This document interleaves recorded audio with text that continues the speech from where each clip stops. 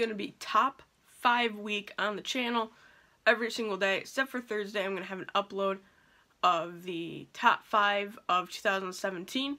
And to start things off, I'm going to start with the top 5 matches of 2017. Yes, I know the Clash Championship pay-per-view is tonight, but looking at the match card, I just don't see any matches even cutting close to the top 5.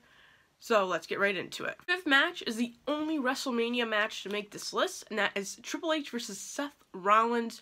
That match went for a 40-minute runtime if you include the entrances.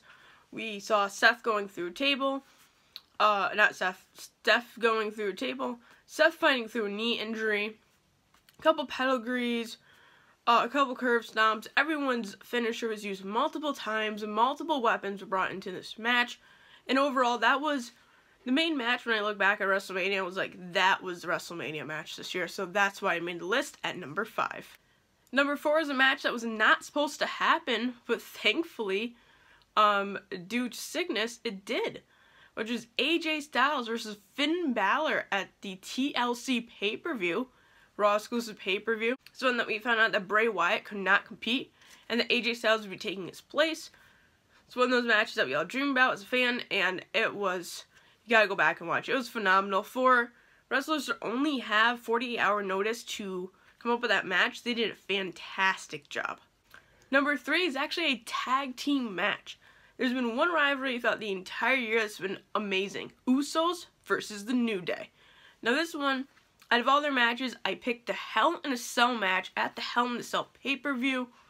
That match was just grueling, man. We had the Usos attacking the New Day with kendo sticks, chairs, tables, and of course, New Day did the same exact thing, brought their fun into it.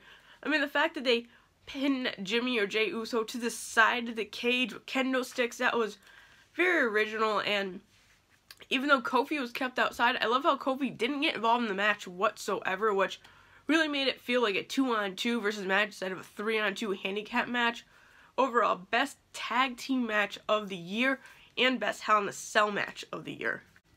Now, number 2 and number 1 were really hard for me to separate. Both of them, it took a while for me to really put who was number 2, who was number 1. But number 2, this man already made the list, AJ Styles versus John Cena at the Royal Rumble. First pay-per-view of the year, first title match of the year, and definitely almost best match of the year. There was every finisher you can think of, every submission move you can think of used. There was kickouts left and right. The match did not stop.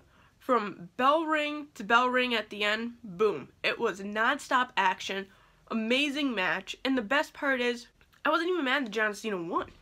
Because John Cena became a 16-time world champion, tying Ric Flair's record at WWE, we'll say, Ric Flair's record. And also, it really proved that you can have 2 top guys still tear down the house at a pay-per-view, and it doesn't matter the outcome of the match, because the match was just that good.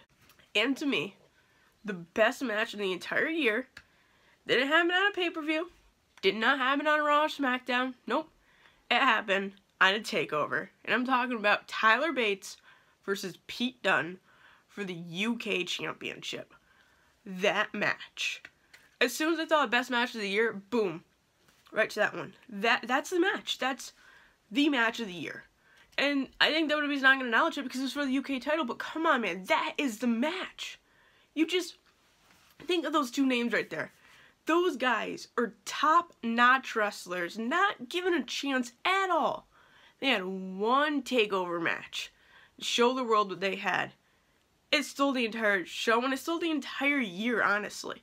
That showed that a 20-year-old dude named Tyler Bates and I think 23-year-old Pete Dunne, who had been wrestling for about 3 to 4 years, that knows how to use the UK style of wrestling and the bruiserweight wrestling, as they want to call it, turn something that was supposed to be a throwaway match into the classic that we'll talk about for years to come. That match, 5 out of 5 stars. I mean, I would give a 6 or 7 out of 5 star rating. You know, screw Kenny Omega versus Okada. That match is better, and I stand by that because Tyler Bates versus Pete Dunne at TakeOver is one of the greatest wrestling matches I have ever seen. That, hands down, match of the year. So let me know what you think about my top 5 matches of 2017 in the comment section down below. Make sure to subscribe. I want to get to 300 by Christmas.